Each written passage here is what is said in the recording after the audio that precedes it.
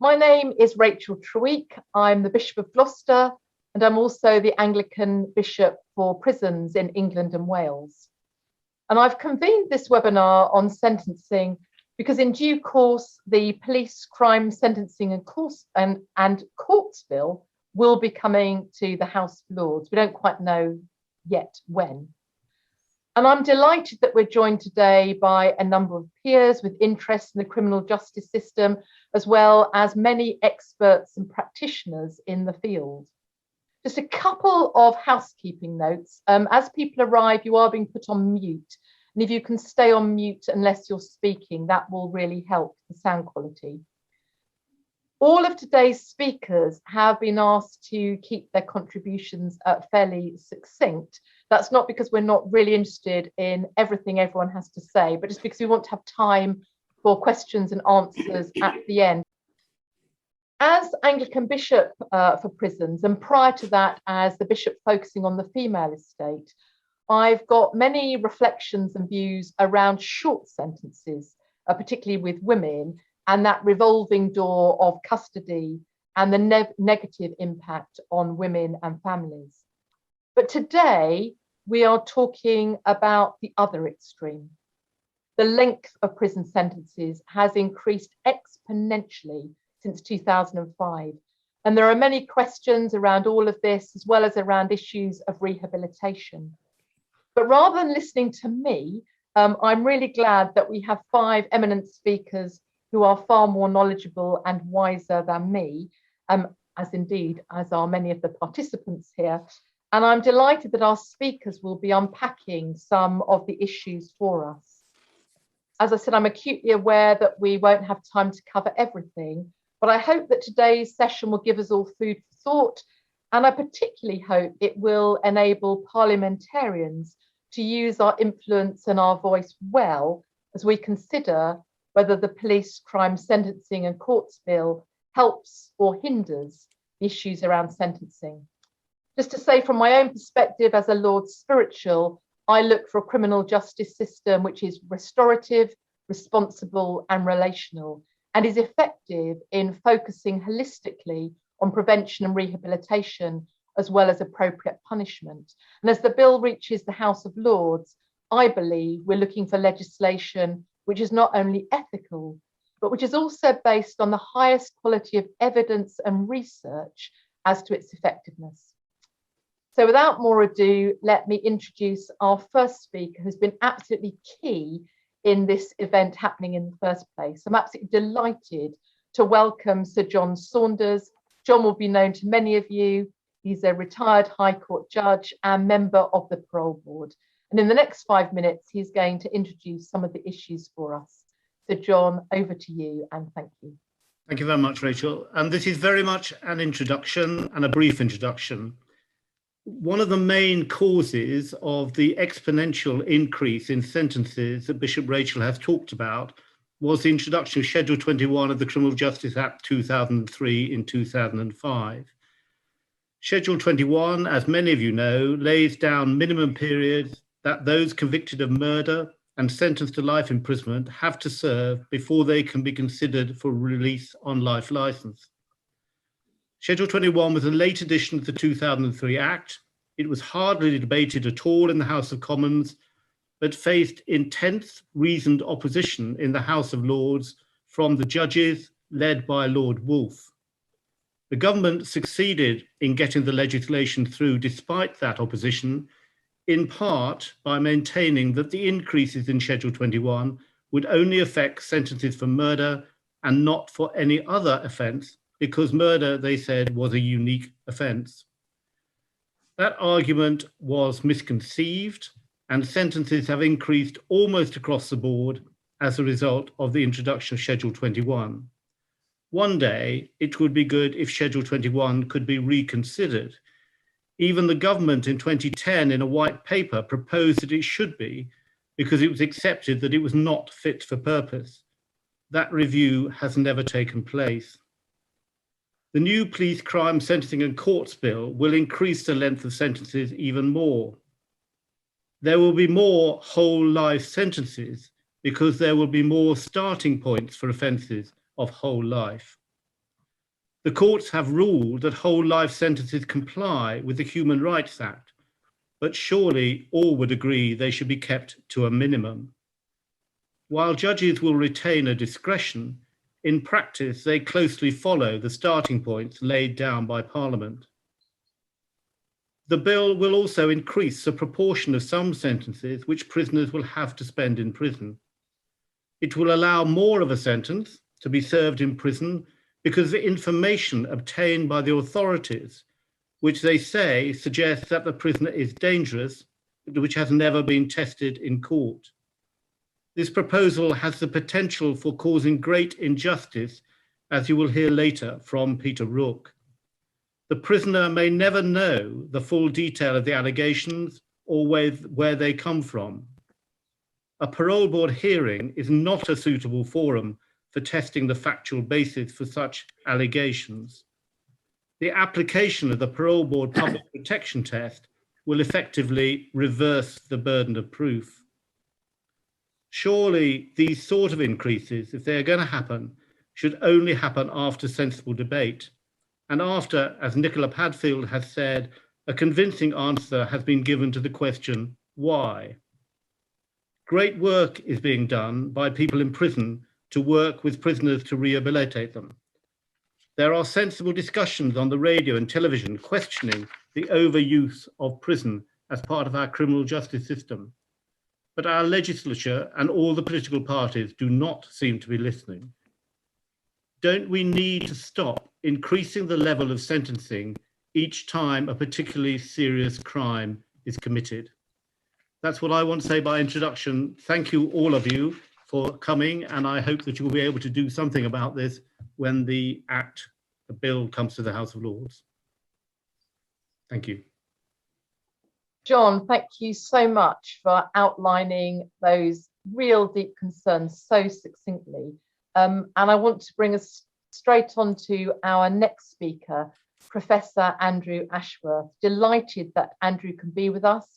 He was the Vinerian Professor of English Law at Oxford University from 1997 to 2013 and is now Emeritus Professor. Fellow of All Souls College, he was formerly Chairman of the Sentencing Advisory Panel. To many of you, he will need no further introduction, and we're greatly looking forward to hearing from him for the next 15 minutes. Andrew, over to you. Well, yes, I'm looking forward to taking us rather quickly through some of the sentencing changes to be introduced by the bill, starting with higher maximum sentences for causing death by driving. Maximum sentences for causing death by dangerous driving and causing death by careless driving when under the influence of drink or drugs are to be increased from 14 years to life imprisonment under the bill. In the 1980s, the maximum was 5 years, since when it has been increased to 10 years and then to the present 14 years. Public campaigns have argued that 14 years is not adequate for the most serious cases. But what we need here is a wider re-evaluation of proportionality, not just picking a single offence and looking at that in isolation, but looking at sentences for other homicide offences, such as gross negligence manslaughter, for which the Sentencing Council has published guidelines, and comparing the fault element in the death by driving offences. So I think this change is under-researched. Moving on to delayed release, which Sir John's already mentioned, the key to the structure of English custodial sentencing is said to be a kind of proportionality. Determinate sentences proportionate to the seriousness of the offence, with one big exception, which is longer indeterminate sentences where the offender is assessed to be dangerous. So far as determinate prison sentences are concerned, the first half is served in prison and the second half is served in the community on licence. That regime was introduced several years ago in place of remission, so as to make sure that every part of the sentence would count. Thus, the 2002 white paper said that the second half should be subject to, quote, a package of constructive activities and conditions, with recall to prison if there was non-compliance. Now, last year, the law was changed, reconfiguring this kind of proportionality by increasing the punitive bite of sentences of 7 years or longer for certain violent and sexual offences, release from these sentences is now at 2/3, not at a half. The 2021 bill, which we are considering, applies this delayed release to sentences of 4 years or more for these sexual and violent offences. So a 4-year sentence today means 2 years inside and 2 years in the community on licence. A 4-year sentence for a specified violent or sexual offence under the bill means 2 years and 8 months inside, followed by 1 year and 4 months in the community on licence. And judges are not allowed to take release provisions into account. They must pass sentence without reference to the different release provisions. So this increase in punitive bite is in effect a lengthening of these prison sentences. What's the supposed justification? The 2020 White Paper stated that public protection is the government's #1 priority. And the Lord Chancellor says that this will keep dangerous criminals off our streets for longer. That cannot justify this increase in the severity of these sentences because there's no finding of dangerousness in these cases. Indeed, the court has decided not to choose a dangerousness sentence. And the government produces no evidence that longer periods in custody and shorter periods on licence in the community will provide greater public protection. The Lord Chancellor states that pushing back the date of release from prison for these offenders better reflects the severity of the crimes committed. So the bill is stretching the meaning of proportionality in these cases by increasing the punitive bite of sentences of 4 years or more for these offences. Broadly speaking, the offences to which the new regime applies are violent and sexual offences which carry a maximum of life imprisonment. So moving on quickly to another exception to the proportionality principle, which is the so-called offenders of particular concern. These SOPC sentences, as they're known, must be imposed for particular terrorist offences, which Umar will be talking about, and child sexual offences, if the court does not find it necessary to impose an extended sentence or life imprisonment. The distinguishing feature of these sentences is that release after serving half the sentence is not automatic, but only occurs when the parole board finds that detention is no longer necessary for public protection. And when the SOPC offender is released, at least 12 months on licence must follow. The bill increases the punitive bite of the SOPC sentence, postponing the earliest release date from half to 2/3. Public protection is the rationale, but that's already built in because release is in the hands of the parole board. So this change looks a bit like window dressing.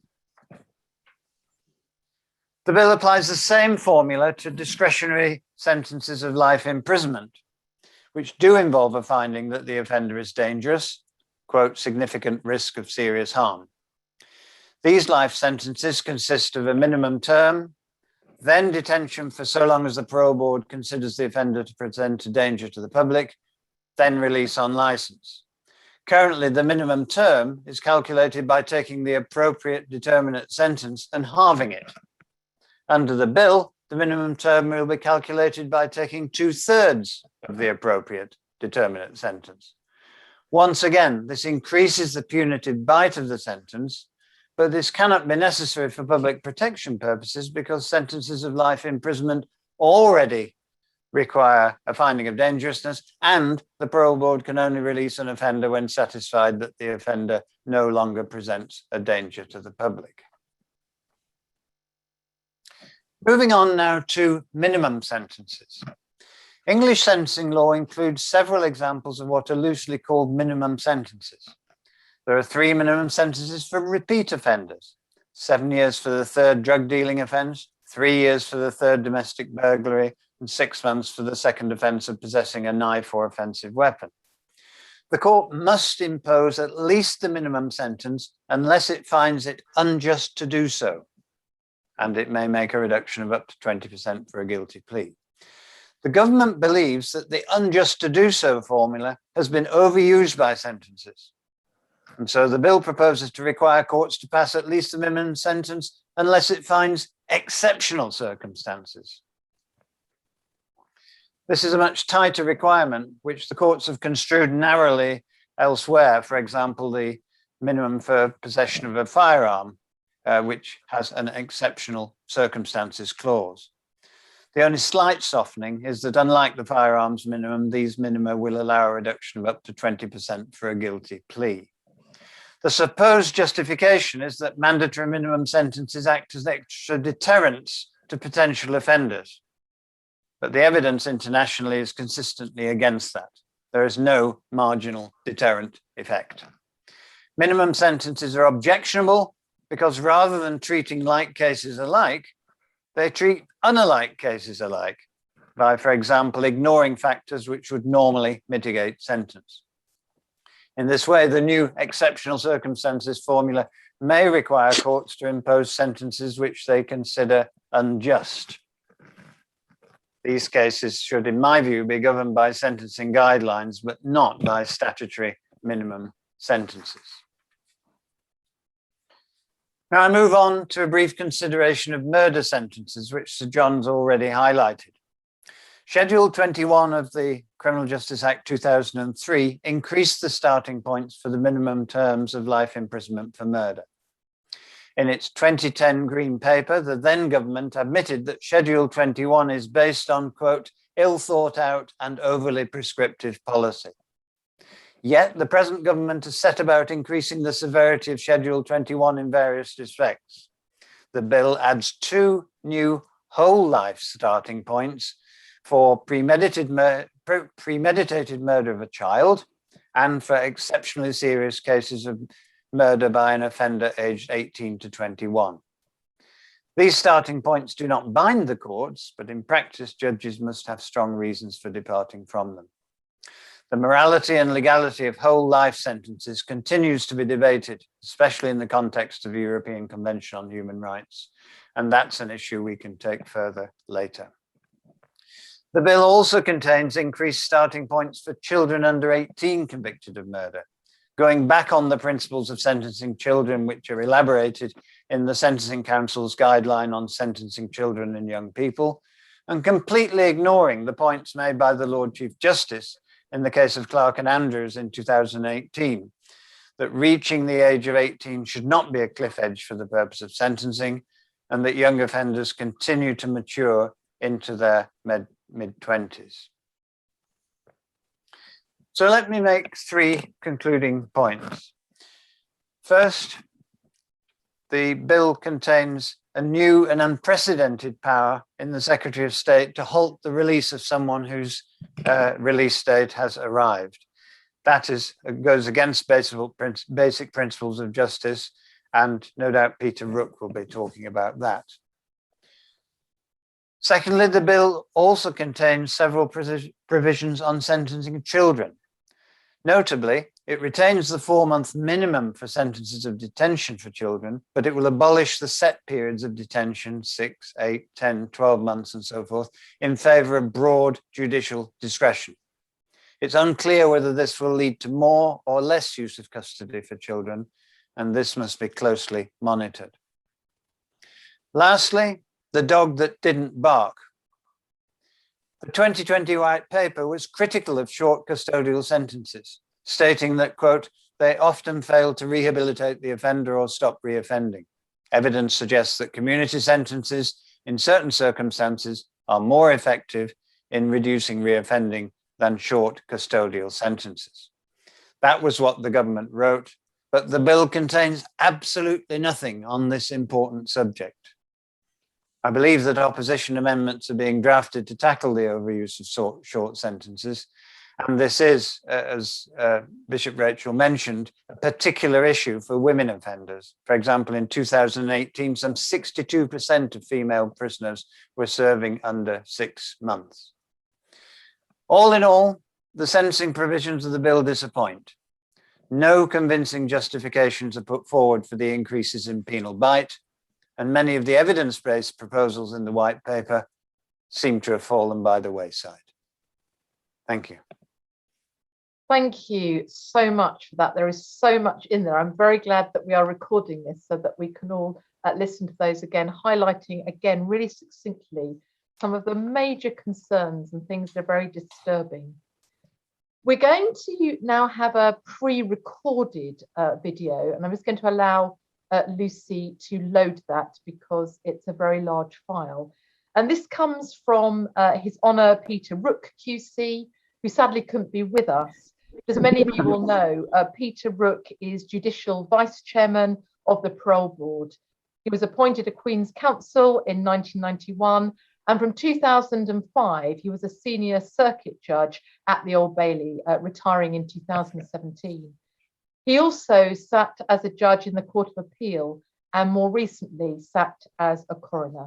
So we look forward to hearing Peter now, but you won't, unfortunately, you won't be able to ask him questions. But here we go. Good afternoon.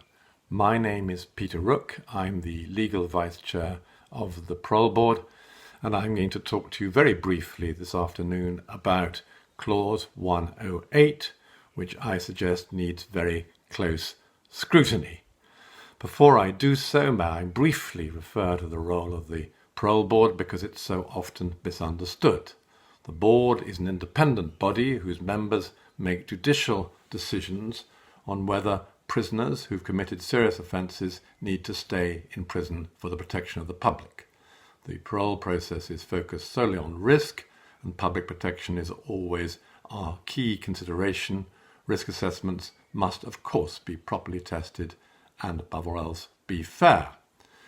Now, the Parole Board has not been formally consulted on any of these provisions. Many of them will affect the Parole Board directly or indirectly. That's a matter for you parliamentarians. As far as Clause 108 is concerned, I suggest it needs close scrutiny. We know what can happen if a clause is embedded in a long bill and doesn't receive close scrutiny. I need only mention 3 letters, IPP. The proposed clause allows for non-terrorist standard determinant prisoners to in effect be deemed dangerous by the Secretary of State whilst serving as a prisoner, when they'd otherwise be due for automatic release at the 1/2 or 2/3 stage. The prisoner will receive a notice, and rather than be automatically released, it will be referred to the Parole Board, who will then decide whether the prisoner should be confined in prison for the full term of the sentence. We have raised concerns with the MOJ. They've explained that the prisoner's custody won't go beyond the confines of the complete sentence. The bar will be high, the dangerousness test, the same test as we apply at the Parole Board, and that the general nature of the case against the prisoner will be in that notice, even if they're relying on material where they'll be applying for non-disclosure to the prisoner. Unlike the legislation that followed the London Bridge incidents, this is not a generalised approach. This is a decision for an individual which doesn't flow from the prisoner's offending. Is it administrative detention? The Secretary of State can make the decision to refer the prisoner to the Parole Board on the basis of a belief on reasonable grounds. It stipulates that the Parole Board should not order release unless it's no longer necessary for the protection of the public that the prisoner should be so confined. Does that mean that the starting point for the Parole Board is that it's necessary for the offender to be confined for the protection of the public? If so, is the Secretary of State assuming a judicial function? There are legitimate concerns here that the Secretary of State can overturn sentencing decisions of the judiciary by the use of this power and circumvent the powers of the legislature by in effect enabling an offender to be deemed dangerous in respect of an offence which does not engage the dangerousness provisions. Of course, the Parole Board must carry out its role as an independent risk assessor without fear or favour, but it may place the Parole Board in an invidious position reviewing a Secretary of State notice with the burden of proof being upon the prisoner. Is the Secretary of State going to be neutral at the hearing? Are the dice unfairly stacked against the prisoner? Is this the right way to deal with the problem? And then how is it going to work in practice? The Secretary of State will want the matter determined quickly. we can anticipate that there will be material the Secretary of State will not want to disclose. The Parole Board will have to ensure that the prisoner is given sufficient information to enable him to prepare the case against him. Applications for non-disclosure, which we will need to scrutinise very closely to ensure fairness of the prisoner, will inevitably hold up proceedings. Could the system be open to abuse? How good is the safeguard to prevent the holding back of information for it to be deployed after the prisoner has been sentenced? Of course, if it becomes law, the Parole Board will do all it can to make sure that it operates in a fair way. But as Legal Vice Chair, I have these misgivings, which I feel should be voiced now rather than later. Thank you. Thank you. It's a shame that Peter's not able to be here because there are lots of questions raised in that, but we do have Chris Frye at the end, and Chris, you might be asked lots of technical questions about the Parole Board. We're getting lots of different perspectives and different angles on this, which is really helpful, and I'm delighted that our next speaker is Umar Azmeh, who is a dual qualified barrister and solicitor, presently undertaking a DPhil in law at the University of Oxford. His doctoral thesis seeks to critique the terrorism sentencing scheme in England and Wales. He's also spent time working as a lawyer at the Court of Appeal, during which he worked on some of the most significant terrorism cases in the jurisdiction. So I'm delighted that for the next 5 minutes, Umar is going to speak to us. Hello, right, I've got some slides. Hopefully this will hopefully work. There we go. Hope everyone can see that. Yeah, that's looking good. Good. Well, first of all, thank you very much for inviting me to talk. It's a great honour to be able to speak to everybody this afternoon. I've obviously got, like everybody else, a vast topic and a relatively short amount of time. So I prepared a handout, a sort of a briefing note, which I hope you all sent earlier this morning.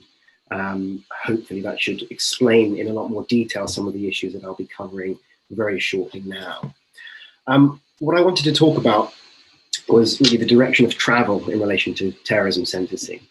The bill that you're all discussing and will be debating in the next weeks and months, in the coming weeks and months, doesn't really have a huge amount about terrorism sentencing in it. There's some small bits, and that's really because there's been plenty of legislation passed in the last couple of years entirely focused on terrorism sentencing.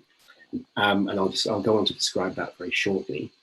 And lessons from those pieces of terrorism legislation can be drawn into this debate that you're having now. So, for example, delayed release or longer sentences or minimum sentences. So that's all in there. So I put an overview on this first slide of what I'm about to describe. And if I could encapsulate terrorism sentencing in the last 2.5 years, it would probably be root and branch, striking reform in an upwards trajectory and with relatively significant public support. I don't seek to make any value judgment as to whether or not the reforms that I'll describe are good or bad. Some people have called them visionary, others have called them entirely populist, and that's obviously a matter for you to decide. These changes that I'll describe shortly are really brought about by the terrorist attacks at Streatham and Fishmongers Hall, and they resulted in the two acts you can see in the third bullet point of this slide. So firstly, to go on to the first act in 2020, this was emergency legislation brought before Parliament immediately in the wake of those two attacks. And its aim was effectively to prevent those serving determinate sentences for terrorism offences being released without going before the Parole Board. Normally, as Professor Ashworth said, you'd be serving half and then you'd be released automatically. This prevents people from being released automatically, and the earliest opportunity the Parole Board can consider an offender's release is the 2/3 point. The legislation works, it does what it says on the tin effectively, and it has prevented the release of a number of people.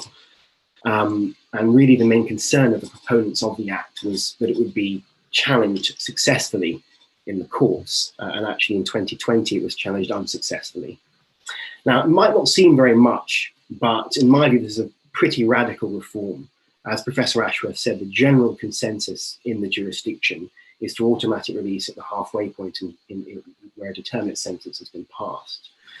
But this drives the coach and horses through that and effectively applies a similar scheme to some of the issues that you're debating with this 2021 bill.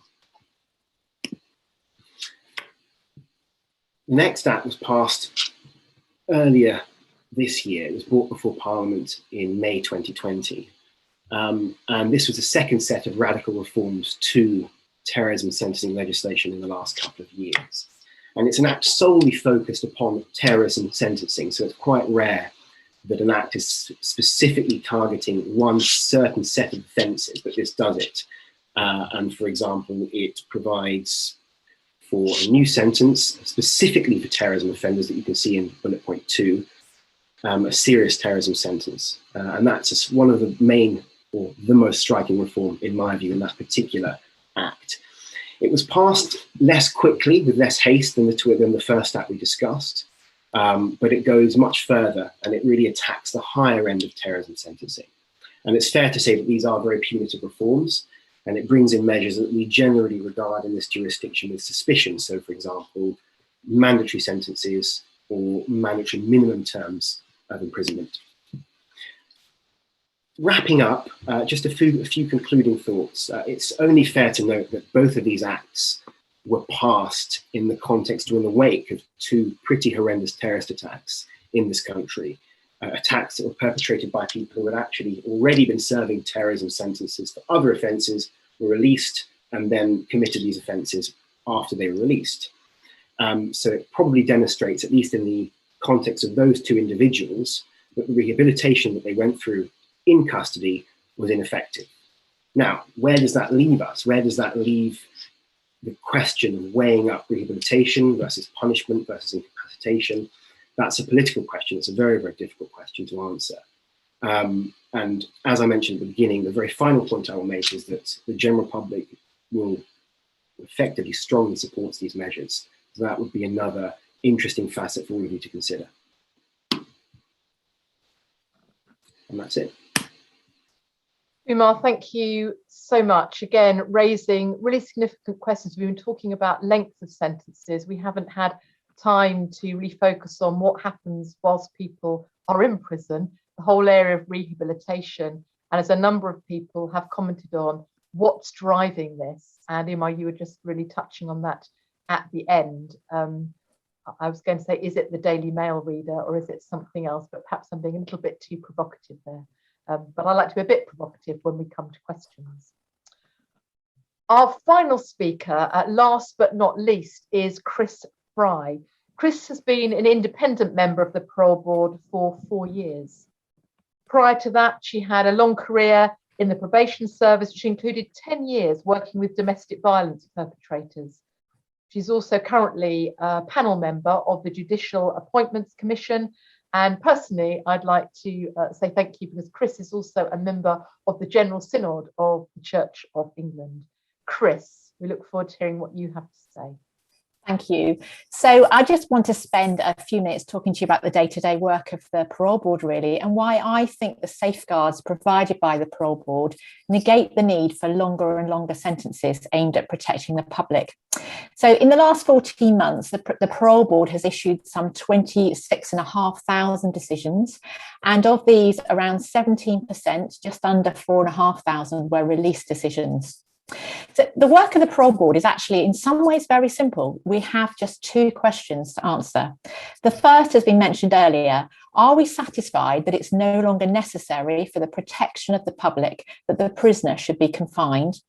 And secondly, for indeterminate sentence prisoners, we're asked to make a recommendation to the Secretary of State as to whether the prisoner can be safely managed in an open prison, and whether there's benefit to transferring them there. So as I open a dossier on a Monday morning to prepare for my oral hearings that week, I start by reading about the offence, and the offence is usually rape, murder, attempted murder, or child abuse. I start off by reading the judge's sentencing statements and the victim impact statements. And at that point, like any member of the public, I'm horrified at the harm caused. But I have to remind myself that my job is not about punishment. That's the responsibility of our judges, who set the minimum tariffs at sentencing. By the time the prisoners referred to us, they have completed that minimum tariff, and our focus is 100% on protecting the public. Are they safe to release? So in making that decision, we're basically asking ourselves how risky they are to the public. So that involves thinking about the risk factors that led to the index offence: drugs, alcohol, violent views, gang involvement, relationship breakdown, mental health problems, the list goes on. And then which of these risk factors are still relevant, which are still active, or might be reactivated upon release? How much has that prisoner changed in the intervening years, and what's the evidence of that change? On the parole board, we feel no obligation to release, but we will do so and must do so as soon as we consider it is safe. As an independent member of the parole board, I'd like to tell you and perhaps reassure you that I often have imposter syndrome, because I've got very many distinguished and highly competent colleagues, judges, lawyers, psychologists, psychiatrists, and others with valuable experience from other areas of life. We all take our role really seriously. And of the people we release, less than 1% go on to be charged with a serious violent or sexual offence within 3 years of release. And that's a consistent statistic over time. I'd like to repeat that because I think it's really important. Less than 1% of those people, prisoners released by the parole board, go on to be charged with a serious violent or sexual offence within 3 years of release. In criminal justice terms, that's an amazing outcome. I'd like to tell you about a case I was involved in that I think demonstrates well why we shouldn't have longer and longer sentences. It was 2 years ago, and I went with 2 colleagues to a prison in the south that's well known for its culture of drugs and violence. And we met a man aged 32 from London. And our job actually on that day was to assess whether he was safe to move to open conditions because he was not yet eligible for release. But when we make those decisions, we have a clear focus on potential release and the decision the next panel will have to make. Now, this man had killed another teenager in an alcohol-fueled knife attack aged 18. Unusually, for someone imprisoned at 18, he had had no adjudication throughout his sentence. He completed offence-related work regarding alcohol, violence, thinking skills, done victim awareness, and he'd undertaken educational and vocational training. By the time we met him, he was a prison listener and a violence reduction monitor. Now, prisons are not an easy place or even a safe place for a young man to avoid violence, but he had. And he spoke to me with what I believe was genuine remorse when I asked him about his plans regarding the future use of alcohol. He looked me in the eye and he said, "I will never drink alcohol again. I owe that at least to my victim." Well, that young man had yet to be tested in open prison, but I believe he had the makings of a person who was no longer a threat to the public and would soon be contributing to society, paying taxes even. But at the other end of the scale, we have many cases that are well past their tariff. I've sat on cases where people have been in prison, men have been in prison for 30 years or more, and are still exhibiting behaviour and attitudes that leads the parole board to rightly continue to refuse their release. So overall, my message today is I think the parole board works, and we don't need to increase tariffs whole scale to protect the public. We can and do already keep dangerous prisoners in prison for as long as necessarily, but it's equally important that we're able to release others at the minimum tariff and that they're not too long because they no longer pose a risk to public safety. Thank you for listening to me. Back to Bishop Rachel. Thank you, Chris. Oh, such rich contributions from all of our speakers. What we'd like to do now is we've got plenty of time for questions, comments. It's really hard to get conversation going over Zoom. But if you've got a question, I'm going to ask Lucy if we might go back onto gallery view. And if you have got a question, either do type it in the chat. If you're someone who's got the technology to know how to put your hand up, your yellow blue hand, which I think in most people now is found in the reactions button at the bottom, do put your hand up, and if not, wave madly And I'm hoping that Jennifer or Lucy will see you. But I'll perhaps take a couple of contributions at a time. If you'd like your question to be deliberately directed to one of the panel, please do say so. If not, I'll be opening it up. So forgive me for using first names, but that's what I can see on the screen. So Alexander, followed by Nina.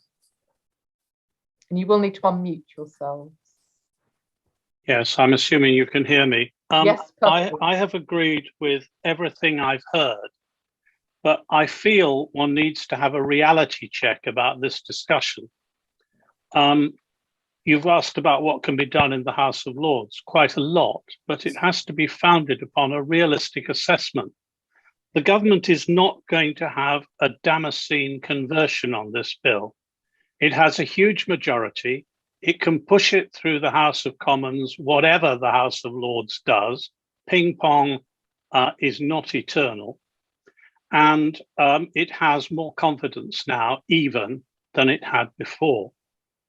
So we're not going to get the government to abandon all the things that have been rightly criticised by the excellent speakers. And thank you, by the way, Bishop, for organising this excellent meeting. So in my view, we have to do as much damage limitation as we can by producing amendments that do not necessarily reduce the sentences which will be passed, but will enable people to earn their release in an imaginative cocktail menu of ways. And we need to understand what level of amendment the government may be prepared to accept, given their strength. So I would ask that consideration by the experts who've spoken to us and others be given to a list of structured amendments, topic by topic, which could mitigate the intention behind the government of what is behind their bill. I suspect, and I would underline suspect on the basis that that's fairly inspired, that there are civil servants who naturally are more sympathetic to the views we've heard here because they know what happens in the prisons. And I do think that we need a strong statistical basis, even if it's a predictive statistical basis, for showing what would happen to the prisons if these proposals go through unmitigated. My final point would simply be that if there is one point that I think is worthy of root and branch opposition in the Lords, on which the government might be prepared to change their minds, it's the clause 108 point mentioned by Peter Rook. I think there's been a failure of understanding of the role of the Parole Board, as Peter said right at the beginning of his comments, and we may be able to do more on that subject than on most of the others. What we've had here is a really good second reading debate, but if we keep it at second reading level, it will be ignored. Thank you, Alexander. There's lots in that as well, and I'm going to come to some of our panel speakers, particularly that issue about being very realistic and sort of, if you like, picking the battles we fight that are realistic ones. So we'll come back to that. Nina, can I just bring you in and then I'll come back to some of the panel to comment. Thank you, Bishop Rachel, and all the speakers. It was really fascinating. I just wanted to use this opportunity to draw participants' attention to some work that ourselves and many organisations across the criminal justice sector, including on this call, such as Prison Reform Trust and others, have been doing, who are significantly concerned that many provisions in the bill will entrench racial disparities in the criminal justice system. And as you'll know, the bill would need to adhere to the public sector equality duty. And we've been doing a lot of work analysing the equality impact assessments and the equality statements, which acknowledge many of the clauses will have an indirect discriminatory impact, particularly around race discrimination. And don't provide any evidence of the justifications that they give for them, whether that's public protection or public confidence. And in fact, obviously, public confidence, particularly Black, Asian, minority ethnic communities, could be harmed by this. And indeed, many of the clauses could have adverse consequences. For example, less time on licence in the community could actually have the opposite effect. So, you know, I just wanted to raise that with people. We're producing quite a detailed briefing going through all the clauses and what the equality impact assessments say, which I'd be happy to share when we publish that next week. But it was just something to really bear in mind going through as you go through the bill, is the impact it'll have on racial disparities in the criminal justice system. Thank you, Ian. I think the we is the Criminal Justice Alliance, isn't it? That's correct. Thank Yes. you. That's great. Thank you. I'm going to ask the panelists if they might unmute, because there's a lot in there, and I just see that in the chat someone has also put, David Omrod has helpfully said, it'll be good, following on from what Lord Carlisle said, it'll be helpful to hear from speakers what suggestions they have for diluting impact, and also any views as to whether there are any clauses that it's worth targeting on constitutional grounds. The clause might be rejected outright. So John, is it worth coming to you first? Well, it might be, but you'll get the less good answer from me than anybody else, I expect. But I don't believe that. can I just say one thing, which was coming out from Nina a bit as well, that with these, having people having their license period diminished or not coming out until the end of their sentence, unless the parole board lets them out, means they will come out without any license period whatsoever. And my experience of that, when people have been let out during long prison sentences, when the Court of Appeal has quashed the conviction, so they're let out without any help from the probation service, often, is that it's a disaster. So I do think that letting people out without any license period at all needs to be really carefully thought about. My other observation is that there are lots of really good organisations who are represented here today who are doing fantastic work about sentences. I don't know, but I just wonder how much they coordinate their activities, because the sort of statistics that Alex was talking about, actually people like the Prison Reform Trust, the Howard League, have those statistics at their, I mean, I can do my best to try and draft amendments, but it's not really anything that I'm very good at. But I'm sure there are people out there who can absolutely do that. For me, I agree with Alex that the what Peter Rook was talking about, I think is really bad and really can lead to injustice. And I think that needs to be done. I'm also really completely against whole life sentences and any extension of that whatsoever. Whole life tariffs seem to me to be often inhumane. And really, I do think that allowing that to be extended in the way, there's also even, there's been a proposal from the Labour Party to bring in their own to reflect one particular offence, and they will just extend and extend and extend if we allow it to get going, which I think will be really bad. So not very constructive ideas, but those are mine. No, well, I think it's really helpful to think about where we're going to focus, you know, energy on amendments. I don't know whether Professor Andrew Ashworth wants to say anything here about, you know, that comment that people aren't going to have a sudden vision of changing everything. I'm sure that's absolutely right with the government. So where should we be focusing energy? Well, in my case, I'm focusing energy on trying to generate amendments on the point I made right at the end, which is community sentences and trying to generate them and to move away from short prison sentences. So I've been involved in the amendments there, and I can only agree with Alex Carlisle that we have to be realistic about this, given the government's position. Yeah. Thank you. I don't know whether Umar or Chris want to come in with anything additional. There's the other question in the chat as well is about are there any clauses worth targeting on constitutional grounds that might be rejected outright? If anyone wants to say anything on that?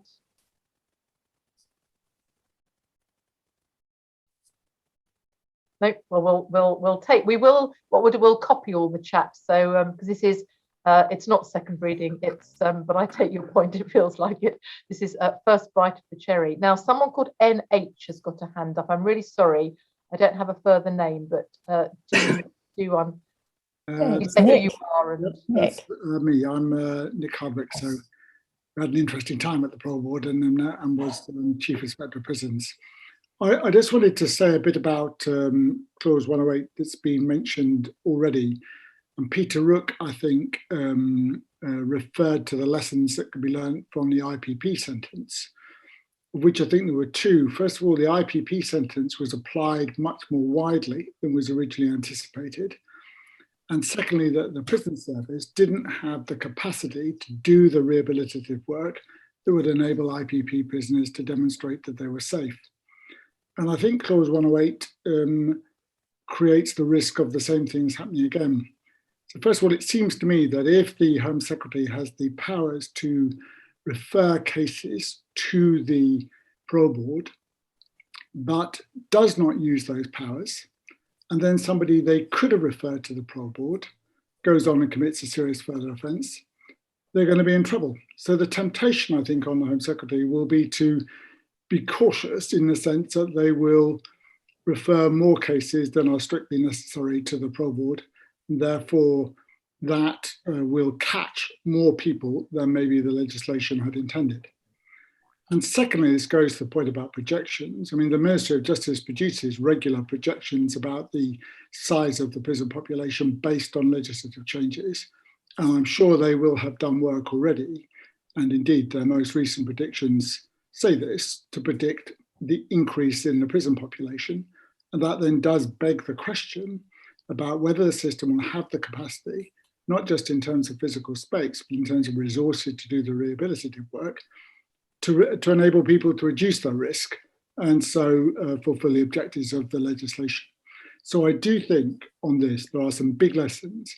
And practically, if you can't deal with this clause in its entirety, it does seem to me that measures that might limit the Home Secretary's discretion on the cases that she refers, using the lessons of the IPP sentence as a justification for that, that would be valuable. And I'm sure you could find forms of words that do constrain the Home Secretary in her or his use of those powers. Thank you. Nick, thank you. I'm going to come to Chris in a moment to have a go at that. But I'm just going to ask Alan to raise his comment or question, and then we'll come back to the panel. It's partly in response to what Alex said, and I agree with him. I think in the House of Lords, 108 can easily be defeated the first time round, can probably be defeated a second time round. But at the end of the day, the government has the capacity, as he said, to get it through, and therefore it needs to be amended, either in the ways that Nick was just suggesting, or in ways which define the Parole Board's role differently, and perhaps in a way that the board might be more ready to accept, having heard today that there's real anxiety at the Parole Board level, that what they're being asked to do is profoundly unsatisfactory. Now, I would just throw in, while I have a moment on the floor, that all of this is bound to have a wider impact. The great driving engine for sentencing beyond sheer populism is the fact that we use it as the index of how serious society takes things, takes offences. So whatever sentence you increase, in this case, we've been talking about terrorist sentences, but there are other serious offences that we've talked about. That then leads to a demand that other sentences should be longer, because by comparison, the gap has opened up between the sentence for what we've talked about and sentences for other things. Until we can address in public debate effectively the problem of how society rates wrongdoing, then we will not solve this problem. And it is different from the public protection problem. It is different even from the just desserts problem. It's all about how we clearly demonstrate, without creating all the problems of an overcrowded prison system and ineffective sentences, that society will not accept something, but it doesn't have to go to ever longer prison sentences in order to state that. Mm. Thank you, Alan. I'm going to just come to Chris, who might like to respond to some of that, particularly around parole. Yeah. So, Nick, we miss you on the Parole Board. I'd actually wanted to talk about the law of unintended consequences of filling up our prisons. And we've talked about the injustices and some of the issues, but the law of unintended consequences of filling up our prisons even more is that those offenders who need, which is the majority of them, rehabilitative work won't get it. And I think one of the worst things I see week by week, particularly as recalled offenders come over my desk, And we're talking about recalls aren't necessarily short. They might be in there for 4 years, 8 years for GBH, say. They're young men and nobody has done any work in prison with them. They've been in prison for 2, 3 years. They're released automatically. And they've not even done an anger management course. And I feel really angry about that on behalf of the public.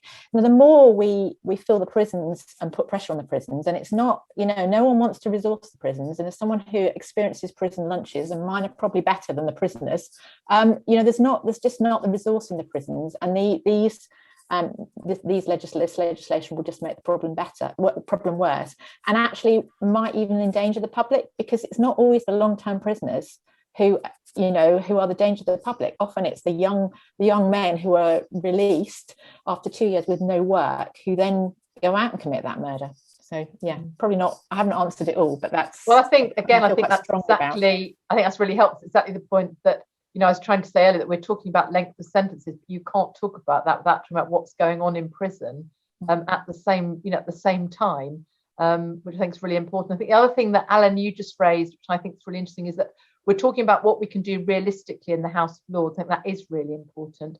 But also there is the opportunity to have a wider public conversation around this by making more of a noise, so that actually there are some other voices being heard in the public square. And that's something I'm, quite keen on as well.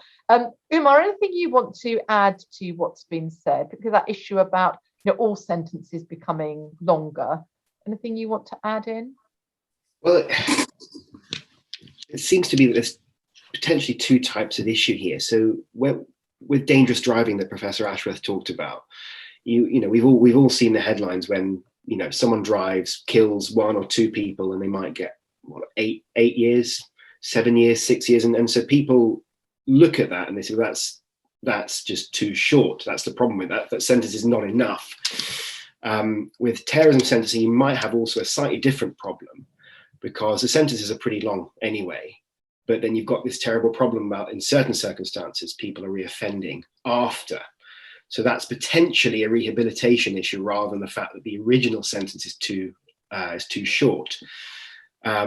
Again, it's a resourcing problem, and it's kind of counterintuitive, whereby, as has already been mentioned, all of these measures, including the terrorism ones, will pack the prisons more, which will result in less rehabilitation and then more reoffending at the other end.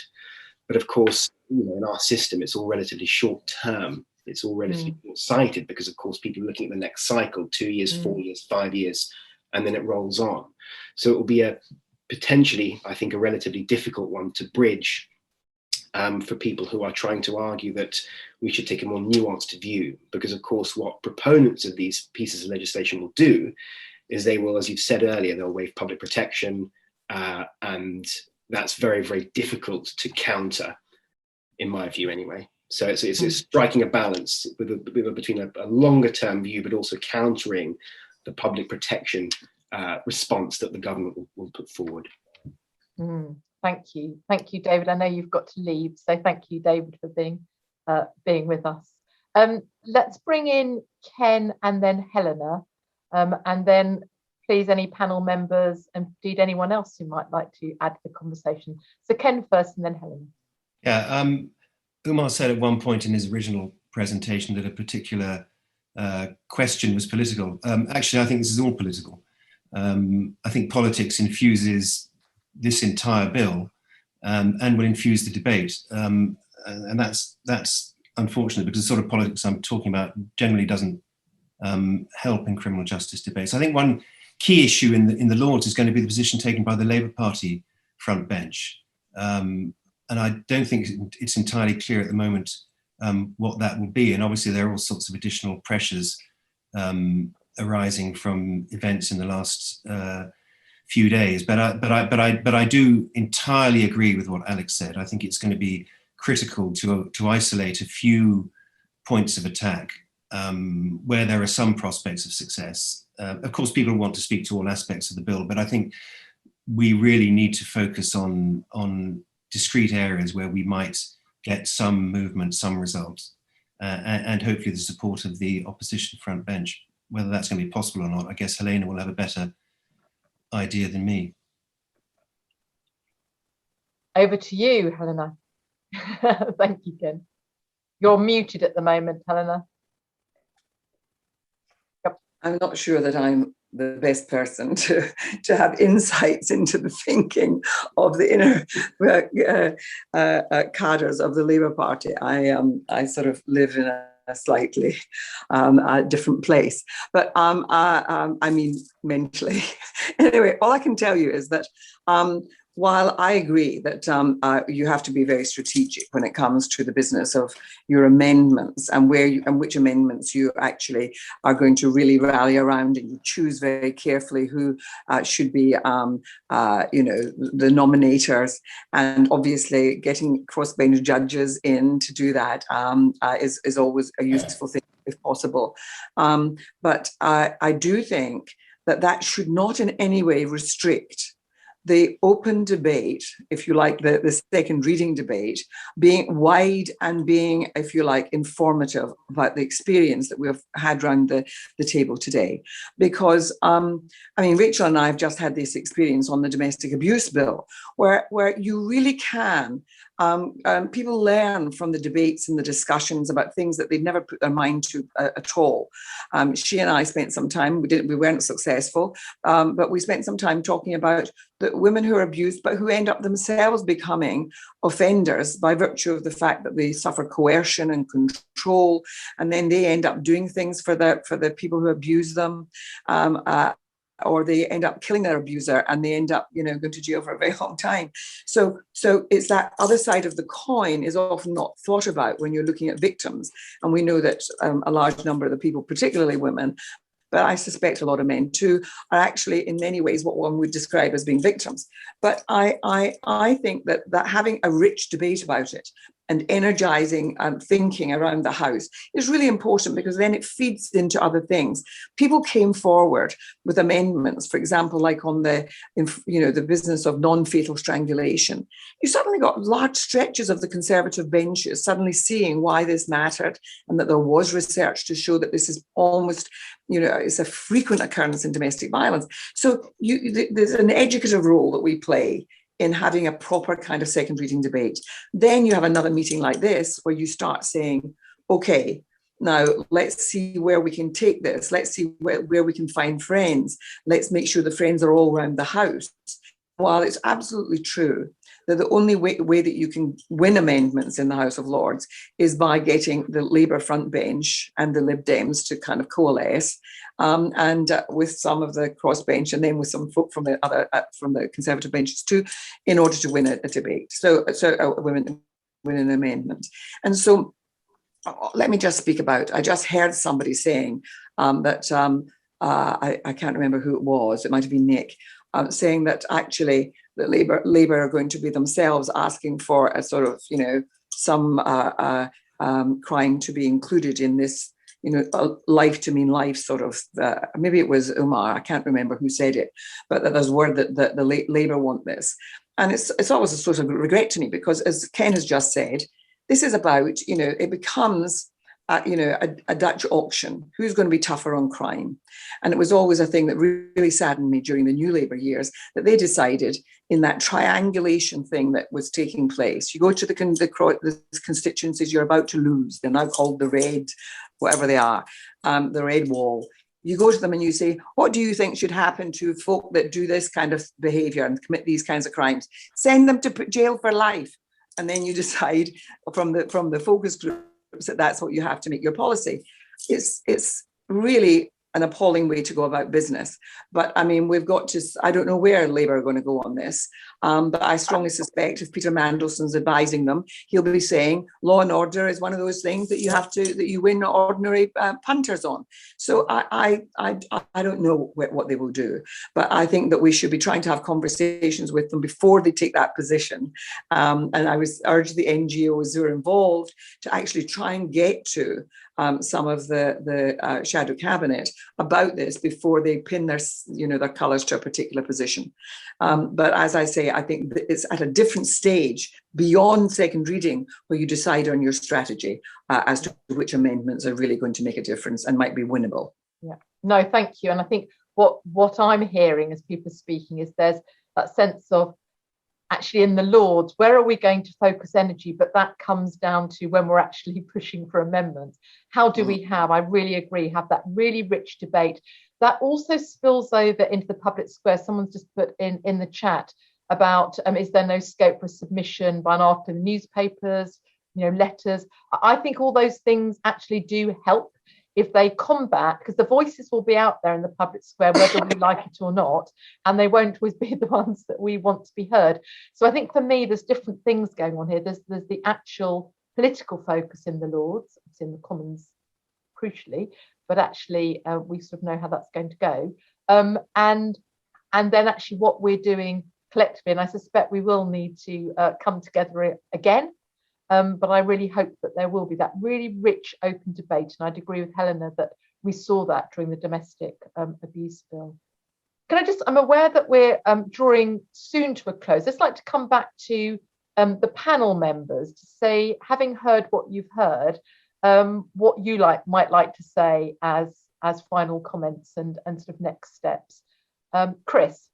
Yeah, I think just picking up on what Helena said is that increasingly within the prisons, they're recognising trauma. I mean, it's obvious when you read the dossier. So a guy yesterday had his hands burnt on a cooker, age 4, by his stepfather while his mother watched. Is it any surprise years later he's doing an IPP and we're struggling to release him? And they're beginning to do trauma work. But so I think this victim, there's a lot of victims in prison as well as dangerous people, if you see what I mean, and perpetrators. It's not straightforward division, is it, between victims and perpetrators? And that's true more generally. And something about personalising prisoners, really, and their issues may be really helpful. And finally, I think victims. So we often have victim statements or victims reading a statement at the beginning of hearings, and really nothing short of a full life sentence for those most serious is ever going to satisfy a victim. That doesn't mean to say it's the right thing, but it never is, and probably any of us would feel like that if it was our loved one.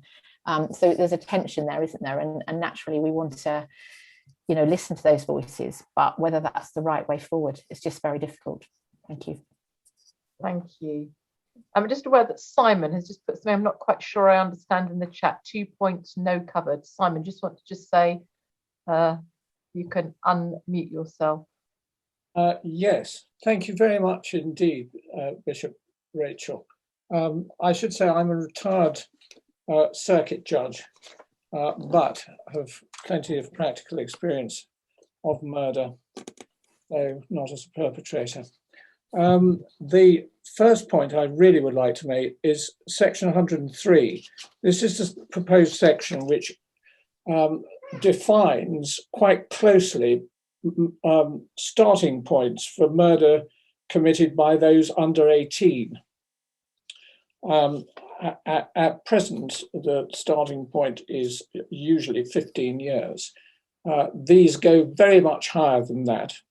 And I suggest that this might well be a target for a possible amendment, not least because it has to be appreciated that these offenders, whatever they might have done, are children.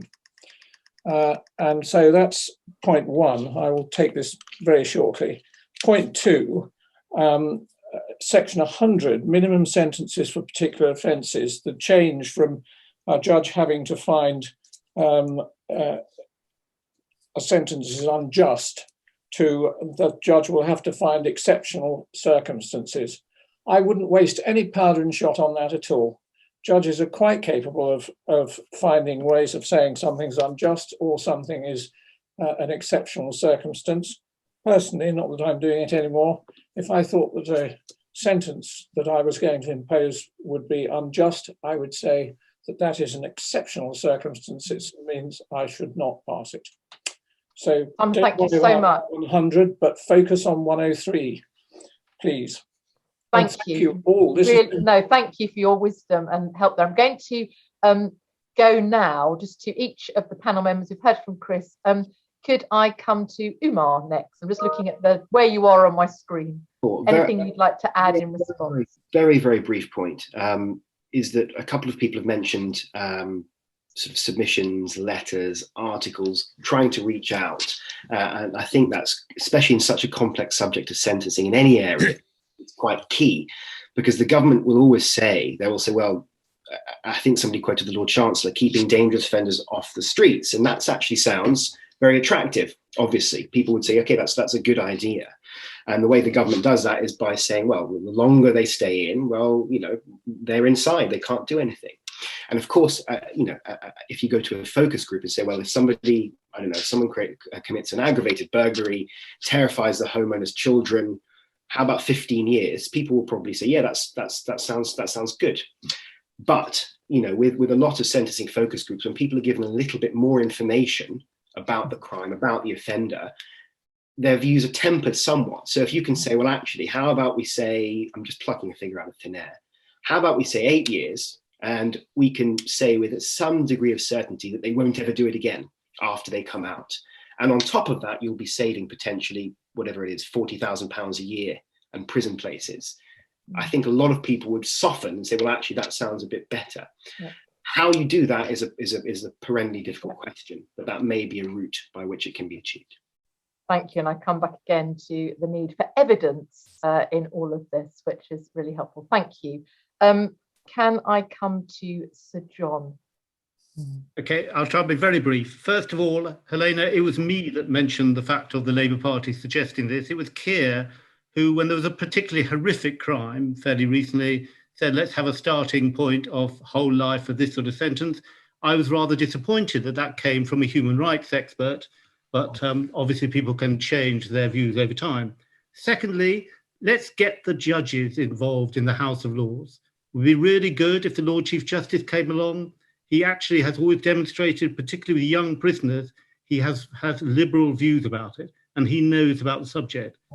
Thirdly, I know nothing, I'm afraid, as I've demonstrated today, about tactics in the House of Lords, but I do believe that public debate, once you talk to people about the realities, rather than just reading about it in a headline in a paper, they actually do change their views. So if you get a public debate going, but the best of luck to all of you.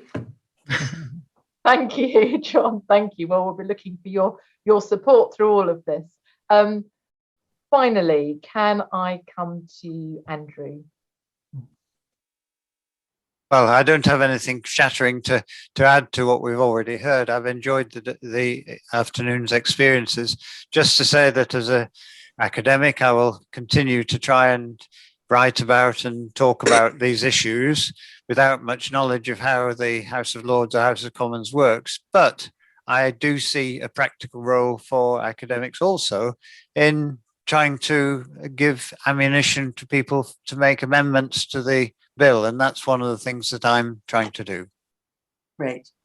Thank you. And that's certainly what we need. I'm very much a novice still in the House of Lords and still learning how it all works.